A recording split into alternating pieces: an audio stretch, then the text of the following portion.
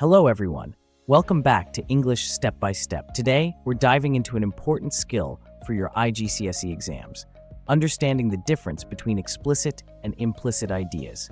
This skill is essential for the directed writing questions in both papers 1 and 2. Why? Let's have a look at the mark scheme.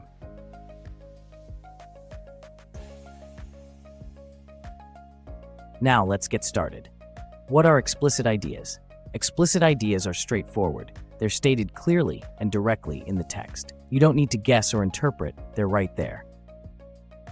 Fiction example: the boy was scared of the dark. Explanation: this directly tells us the boy's fear. Non-fiction example: the report stated that deforestation increased by 20% last year. Explanation: this is an explicit fact from the report. What are implicit ideas? Implicit ideas are hidden beneath the surface. They're not directly stated, so you need to read between the lines and interpret the clues. Fiction example: the boy clutched his teddy bear and refused to enter the dark room. Implicit idea: the boy is scared of the dark.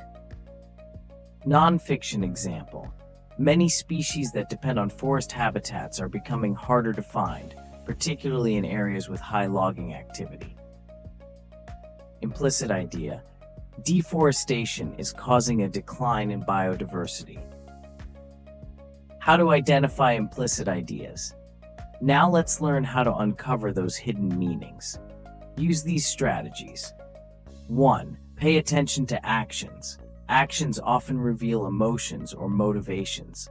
Example: fiction: Sarah fiddled with her pen and avoided making eye contact. Implicit idea: Sarah is nervous or uncomfortable. Non-fiction: the politician avoided direct answers during the interview. Implicit idea: the politician may be trying to conceal something. 2. Notice the tone or mood. Tone sets the stage for hidden meanings. Example: fiction: the room was eerily quiet and shadows flickered on the walls. Implicit idea: the setting feels tense or unsafe. Non-fiction: critics argue that the new policy benefits large corporations at the expense of small businesses. Implicit idea: the policy is controversial or unfair. 3. Analyze word choices. Diction: specific words carry deeper meanings. Example: fiction: he trudged home, his head hanging low. Implicit idea: he feels defeated or sad. Non-fiction: the economy is on the brink of a major downturn. Implicit idea: economic conditions are fragile and concerning. 4. Use context clues. Look at the surrounding text for hints. Example: fiction: despite his smile, his eyes were distant. Implicit idea: he's hiding his true feelings. Non-fiction: although the number of jobs has increased, wages have remained stagnant. Implicit idea: economic growth isn't benefiting workers equally. 5. Ask why and what it means.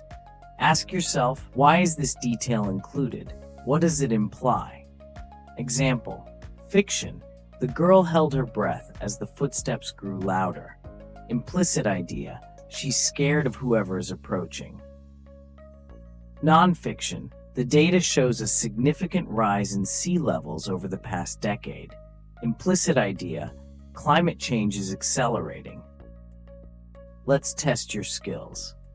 Fiction: he tightened his grip on the rope, his knuckles turning white. What does this imply?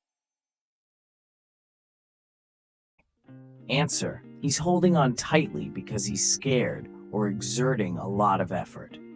Fiction: the dog whimpered and hid behind the sofa when the thunder roared. What does this imply?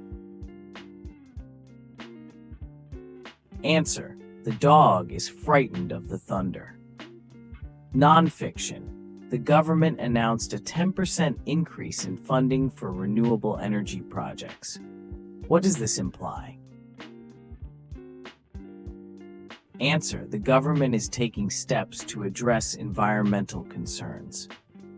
Non-fiction: reports indicate that rainfall patterns are becoming increasingly erratic. What does this imply? Answer: Climate change is disrupting weather patterns. Exam tips for explicit and implicit ideas. Here's how to apply this in your IGCSE exams.